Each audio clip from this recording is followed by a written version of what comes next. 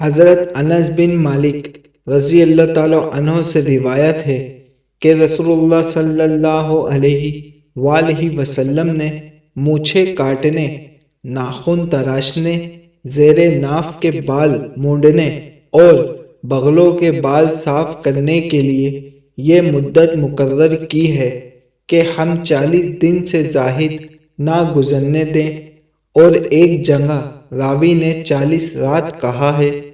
حضرت عبداللہ بن عمر رضی اللہ تعالیٰ عنہ سے روایت ہے، نبی کریم صلی اللہ علیہ وآلہ وسلم نے فرمایا، مونچھیں خوب منڈواؤ اور داڑھی بڑھاؤ۔ حضرت زید بن ارقم رضی اللہ تعالیٰ عنہ سے روایت ہے، اللہ کے رسول صلی اللہ علیہ وآلہ وسلم نے فرمایا، جو شخص اپنی مونچھیں نہیں کاٹتا وہ ہم میں سے نہیں۔